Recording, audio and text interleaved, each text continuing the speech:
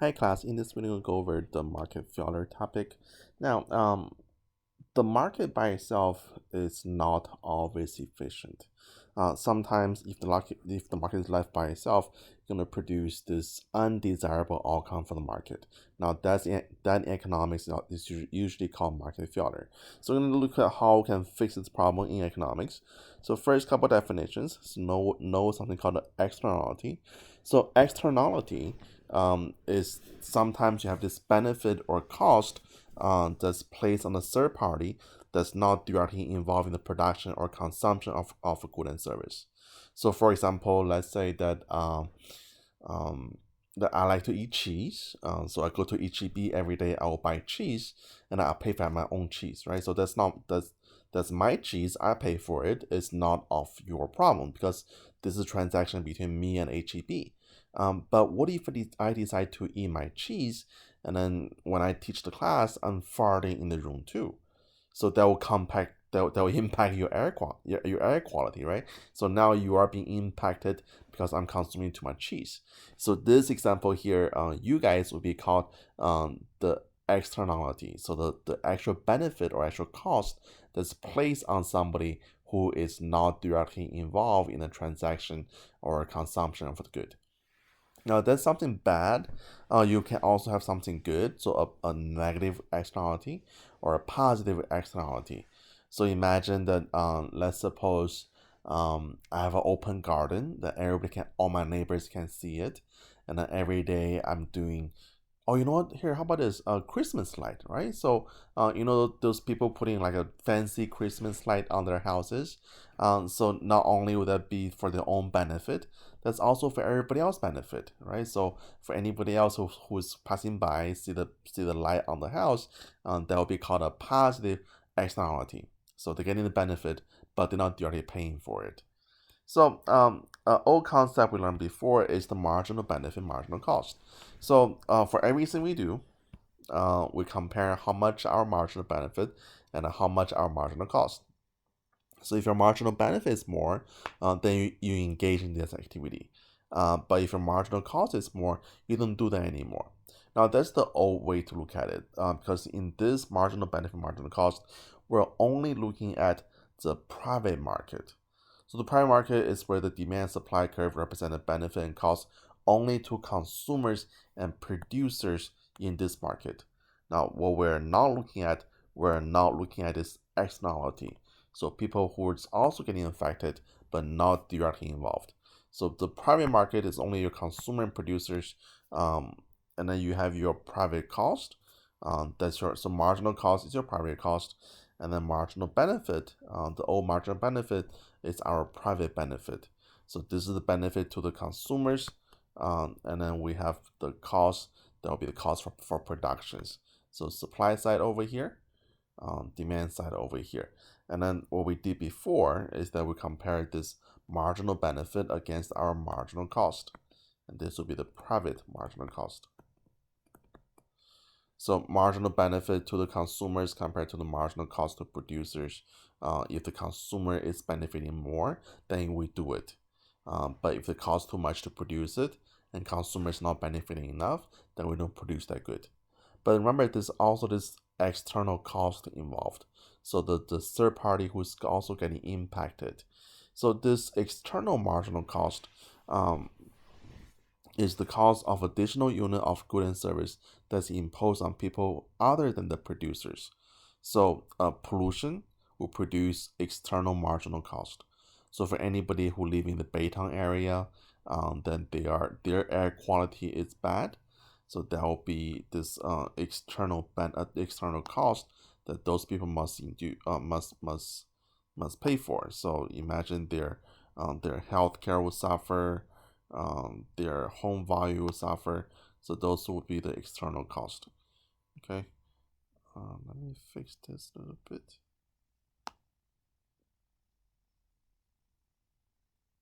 Oh man, what just happened? It was fine when I started. Crap. Alright, that's fine. It's doable. But that's gonna bother me. Can I fix it? I cannot fix it. Alright, okay, let's just continue. Alright, So we have this marginal cost external. This would be for the third parties who is also getting impacted from this transaction.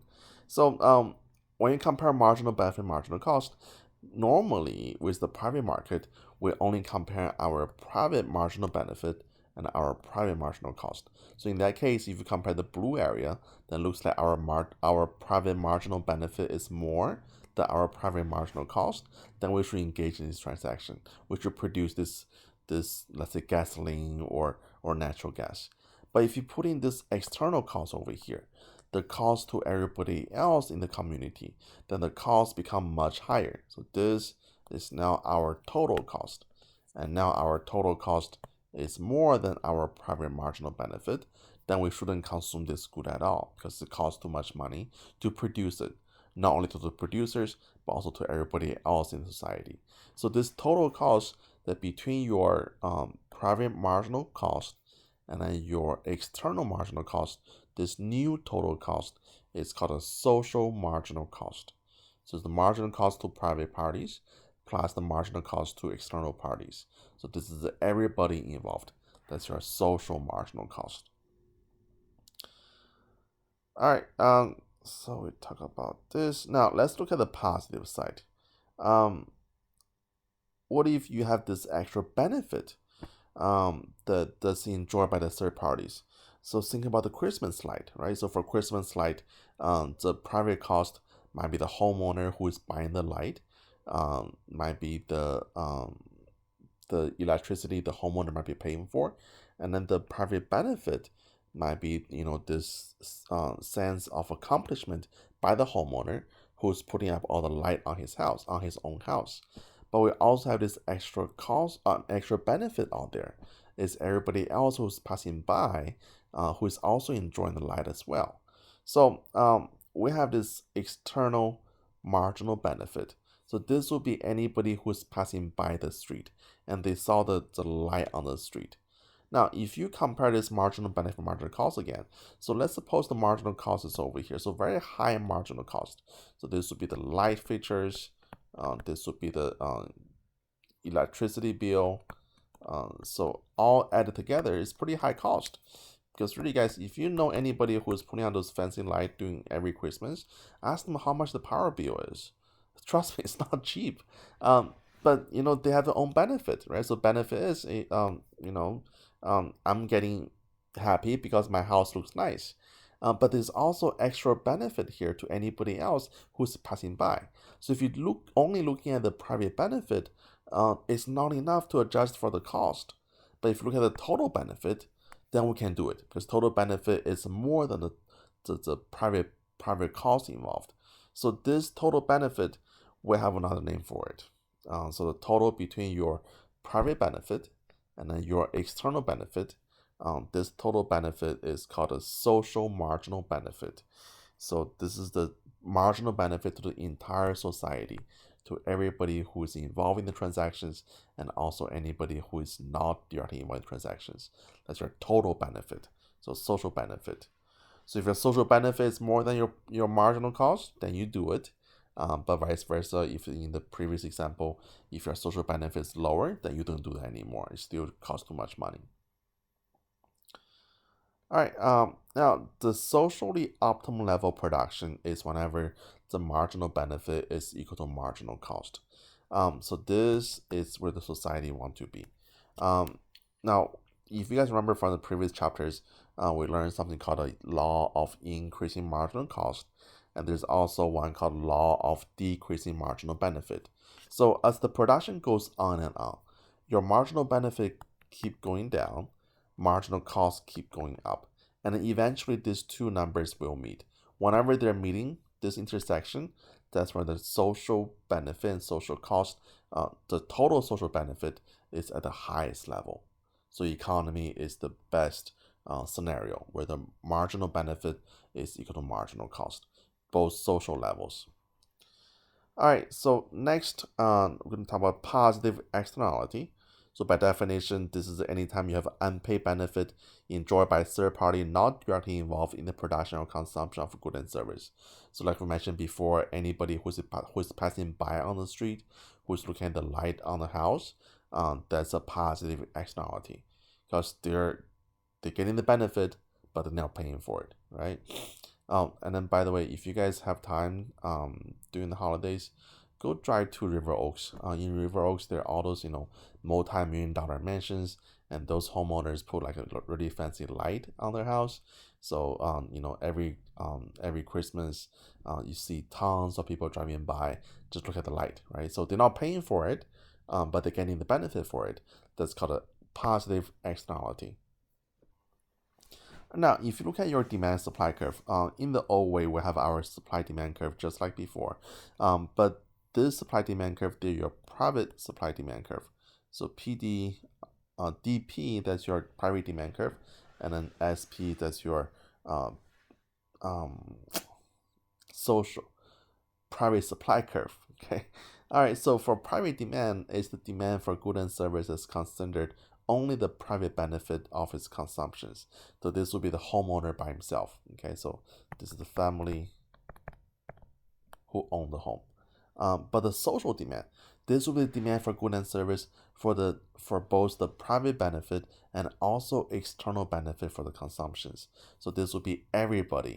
So all the people involved in the community, who's the family who own the house, and also people who are driving by.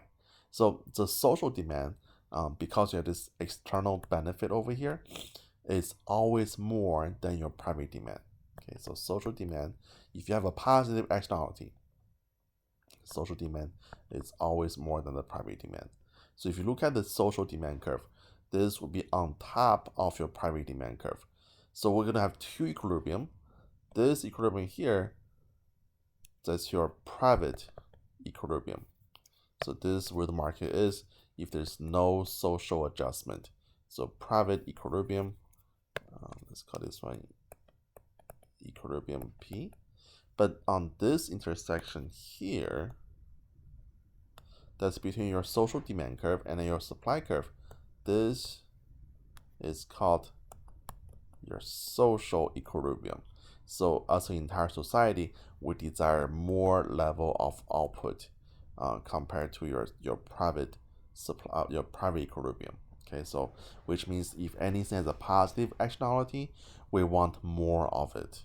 So for example, the light on the house, your education, that's a positive externality. We want more of it, so the social demand is higher than the private demand. Now, if it's vice versa, if you have something called a negative externality, this is something bad. So the most widely used example for for negative externality, think about pollution. Anything produce pollution, that is bad, right? So you're gonna have two different supply curve here. So first we have our private supply. So this will be the cost only reflecting the private parties. But there's also this external cost involved. There's everybody else who's involved in the community. So by definition, negative externality is the uncompensated cost imposed on a third party not directly involved in the production of or consumption of a good and service. So this will be people who live in Baytown. They're living right next door to refineries. So whenever our consumer buy the gasoline, that's between the consumer and the refineries, right? So nobody else is involved. But because the more gasoline you consume, the more pollution that's in the Baytown area, then those residents of Baytown, they're suffering as well. And that's called a negative externality. So if you look at this supply demand curve here, we have a new supply curve. It's called a social supply curve. So the social supply curve is the cost reflecting both the private cost and also external cost. Now, before the regular private supply curve, it's only the private cost, but the social supply curve has more cost involved. So the social supply curve is always more than the private supply curve because the cost is higher. Now, because the cost is higher, you're going to shift your supply curve upward, so at a higher cost. And then again, you have two equilibriums. So this first equilibrium, that's my private equilibrium. That's where the market is left by itself, not adjusting for all the costs to everybody involved. This here, is your social cost or social equilibrium. This is reflecting all the costs that's involved. So to produce 1 gallon of gasoline, the price for production is actually much higher than what you pay at the pump, because you also need to think about the people who live in Baytown, their lives getting impacted. So if we're supposed to compensate for people who live in Baytown, then your gasoline will be way more expensive than what is it now, because right now we're not paying for that. So that's a negative externality, and you have this social cost that's more than the primary cost. All right, so next, now what's a public good? So public good, you guys probably thinking about things like your public park, your public school, your public highways. So anything that has a word public in front of it is public good. That's actually not true according to economic definitions. So by definition, a public good in economics is any good or service that's both non-rival and non-excludable. Now, so 2 new terms over here. So non-rival means that the consumption of the good does not diminish just because somebody else is also consuming the same good. So, for example, of a rivalry, think about a bottled water. Now, if you have a bottled water and I drink it, there's nothing left for you now, right? So there will be a rival in consumption, because 2 people can fight over the bottled water. But something that's not rival in consumption, think about maybe like public TV or PBS, right? So if you're watching PBS and I'm watching PBS too, that wouldn't impact my consumption for PBS, because anybody can watch it with the TV. So that's a non-rival. So we don't have to fight over it. There's unlimited supply for everybody involved. That's non-rival. Now, excludable, it means you can exclude somebody from consuming this good. So non-excludable obviously means that you cannot exclude somebody from consuming this good. Now, for example, if I have a public park, a public park is non-excludable, because everybody can go to the park. You don't have to pay admission for it. And now, however, if you think about Six Flags or San Antonio SeaWorld, those will be excludable, because you got to pay a ticket to go in there. Then we can exclude somebody from going into Six Flags or SeaWorld if they don't buy a ticket for it. So that's called excludability. Okay, so non-excludable means you cannot exclude somebody from consuming this good. So a public good is non-rival and also non-excludable. So there's unlimited supply for everybody who want to consume it, and also we cannot stop somebody from consuming this good. There are very few examples of true public good. By the way, your public parks is not a public good, because even though public parks is non-excludable, but it is not non-rival, because if there are too many people in the park, then my consumption goes down. So anything suffer from congestion, that's not public good. So which means your highway is not public good, because for highways also suffer from congestions. Okay, so there are only a couple of true public good. For example, TV. This is not the TV you have at home. This is the TV channels, stuff like PBS. Right? So PBS, that's a true public good. Radio. Now again, this is not the radio you have in the car. This is the radio stations. So this is also true public good. National defense is also true public good. Okay, so those are both non-rival and also non-excludable. All right. So for all the public good we have, because they're good, right? They're good for the community. But the problem is that because we cannot exclude somebody from consuming the good, then there's something called a free rider program, a free rider problem. Now, you guys also know this as the freeloader problem, that people who enjoy the benefit but don't pay for it. So for free rider, it's the idea that when a good is non-excludable, people will choose to consume the good without paying for it. So you get a benefit for free, but you should pay for it. Now, many of us are free riders. The best example, think about Sesame Street. Now, you guys all watched Sesame Street before, right? Or Mr. Rogers' Neighborhood, or what's other shows you guys like to watch when you're a little kid? Remember that show with the Siamese cat? What's that show called? God, I don't remember. But there's also the Clifford. Remember the big red dog, right? So all those shows on PBS, you watched it, but you didn't pay for it, right? So those programs, every couple months they have this pledge drive. You're supposed to call in and then donate money, but most of us don't ever donate money for it. So we're all free riders. So we enjoy the benefit, but we don't pay for it. All right. So let me see what's the next section. All right. So next, pollution and cost of benefit. So for pollutions, it has some negative effect. So air quality is bad, water quality is bad. It might impact badly on the crops, so corns and soybeans, might also impacting our personal health, and might also impact the environment. So if you look at, let's suppose we have this this 5 project over here, and then you have your marginal benefit and then your marginal cost.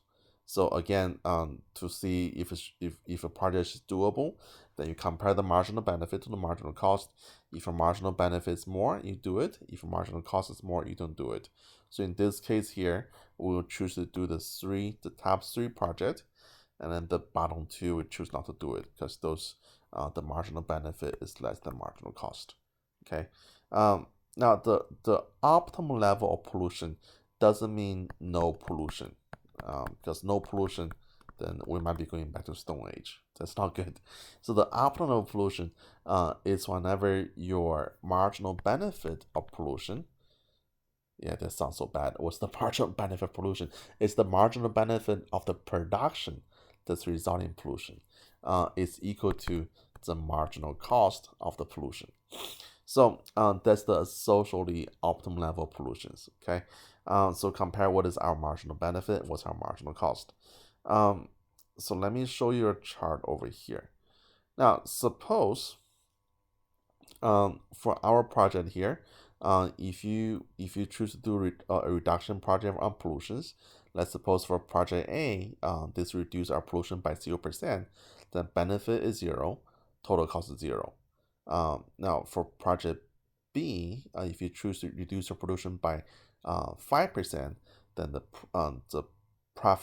benefit is 9, the cost is 6.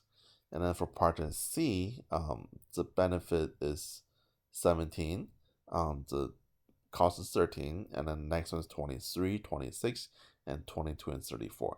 Now, before we choose to see which one is the socially optimal level output, we need to find out what is the marginal benefit and what's the marginal cost. So the marginal benefit is the change in the additional benefit. So if you go from point A to point B, it increased from 0 to 9. So the first level, the marginal benefit is 9. And next one from 9 to 17, the difference is 8. That's your marginal benefit. And 17 to 23, marginal benefit is 6. And then 23 to 26, marginal benefit is 3. And then marginal cost is different between total cost. So between first level is 6, second level is 7, next level is going to be 9, and last level is going to be 12. So we compare to see wherever the marginal benefit is more than marginal cost, then we do it. So for the first reduction level, for 5% reduction, we do it because our marginal benefit is more than marginal cost. Now for level C, we still do it because our marginal benefit is 8, our marginal cost is 7. But for the third level, for level D, for 15% production, the marginal benefit to reduce by 15% is only 6, but the marginal cost is 9. So this is actually too high. So we're going to stop at level C because level D, it just doesn't make sense. Level D, it costs too much money to reduce the that much pollution. Okay, so again, you compare marginal benefit, marginal cost. All right. So next, let's look at our market failure and property right. So market failure is a situation where the market failed to produce efficient level of output that maximize total surplus. So another word, you guys learned this before. Remember the dead weight loss, right? That's your market failure. Property right is the exclusive right to determine how a resource is used. So whenever you have a clear property right, then you can reduce the level of market failure. Because if a property right is fully addressed, then we all know who has the property right. Then the owner of the property can ensure the right and then try to reduce market failure involved in the market. But if you go into those gray area, we're not really sure who has the property right for it, then there might be more market failure involved. Okay, don't worry about this. The free housing, we don't talk about that in this class. That's a sociology problem. Okay. Definition. All right, so know this one. So the property right is well defined, and transaction costs are low, then resource will naturally gravitate to highest value use regardless who owns the property right. Just definition, so know that one. Okay. All right, so let me see what else need to know. All right, so guys, that's it for this topic. Let's stop here. So have any question, let me know. Okay, good luck. Bye-bye.